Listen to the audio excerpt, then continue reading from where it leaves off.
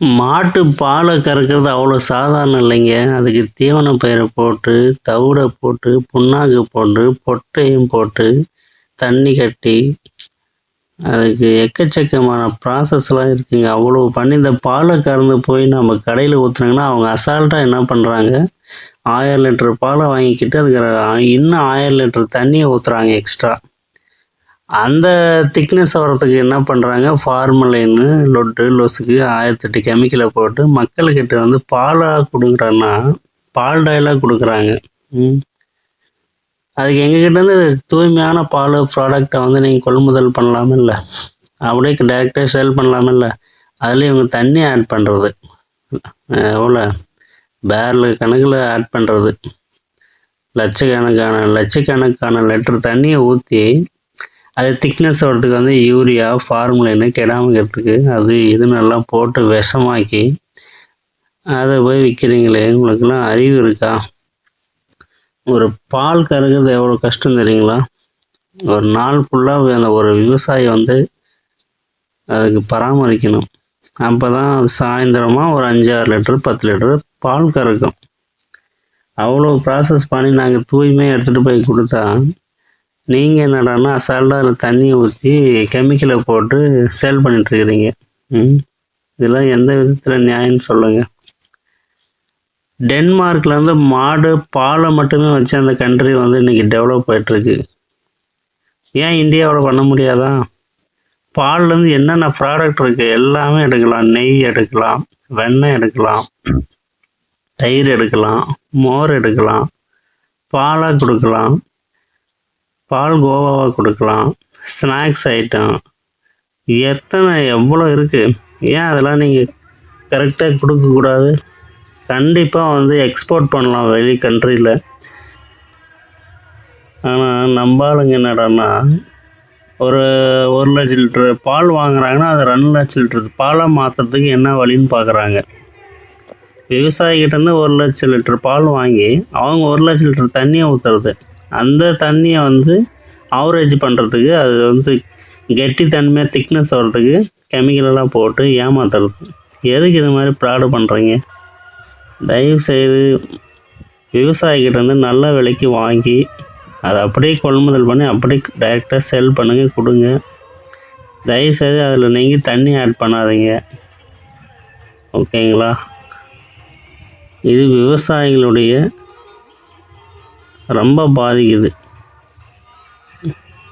So முடிஞ்ச அளவுக்கு எங்ககிட்டேருந்து வாங்கி அப்படியே வந்து பதப்படுத்தி நீங்கள் அப்படியே சேல் பண்ண பாருங்கள். தயவுசெய்து காய்கறிங்களாம் பாருங்கள், எவ்வளோ ஃப்ரெஷ்ஷாக எங்ககிட்ட வாங்கிட்டு போயிட்டு ₹1 ₹2 கேட்குறாங்க கிலோ.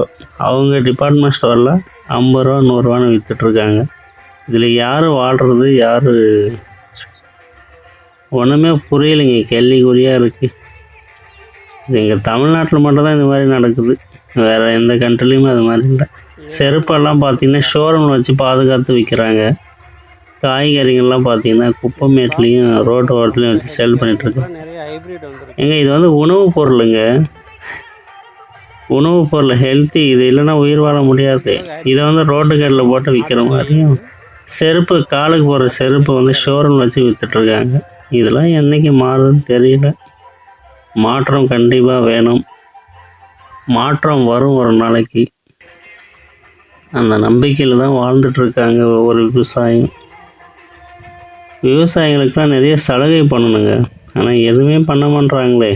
என்ன அரசாங்கம், என்ன கவர்மெண்ட்டுன்னு தெரியல.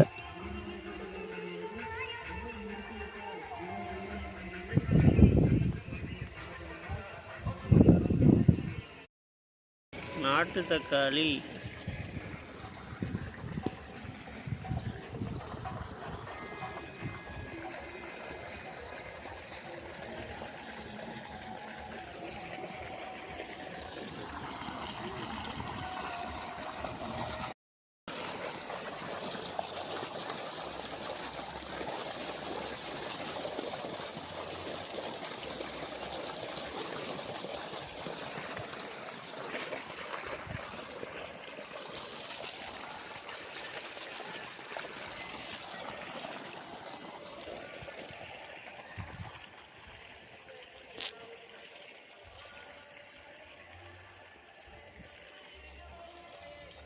தக்காளி,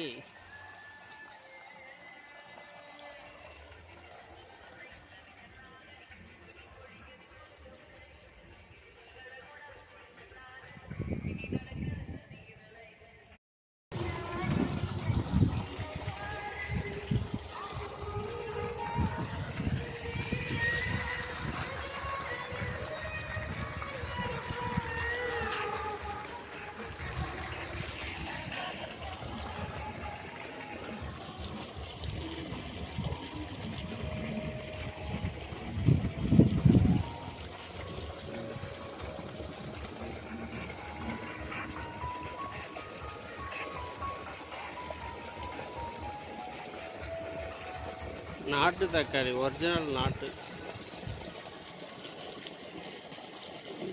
தக்காளி, பாதுகாப்பு.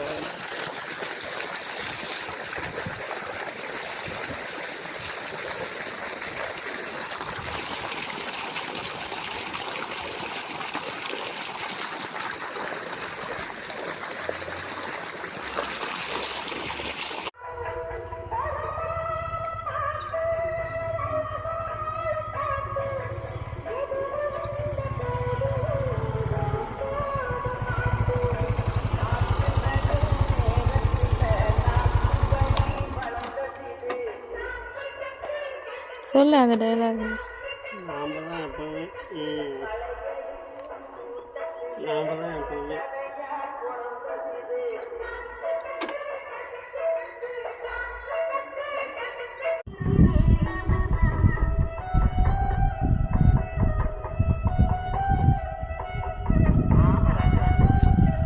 ஸ்பீடாக தான் வா. ஓ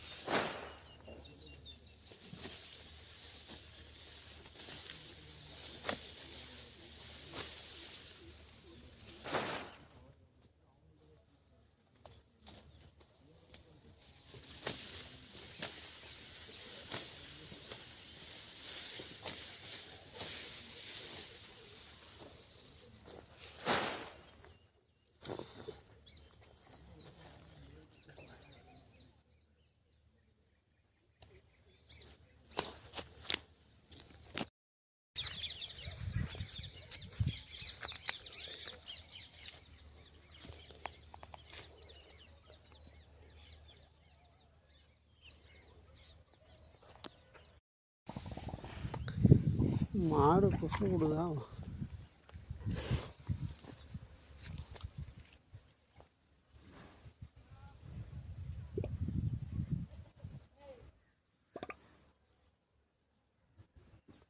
என்ன கொடக்குன்னு சவுண்டு வருது.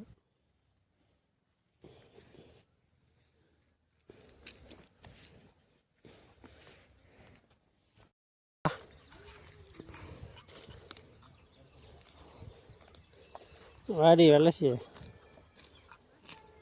வா. மாட்டுக்கார வேளா.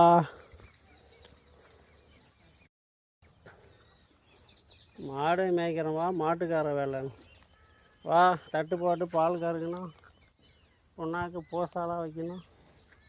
Come care.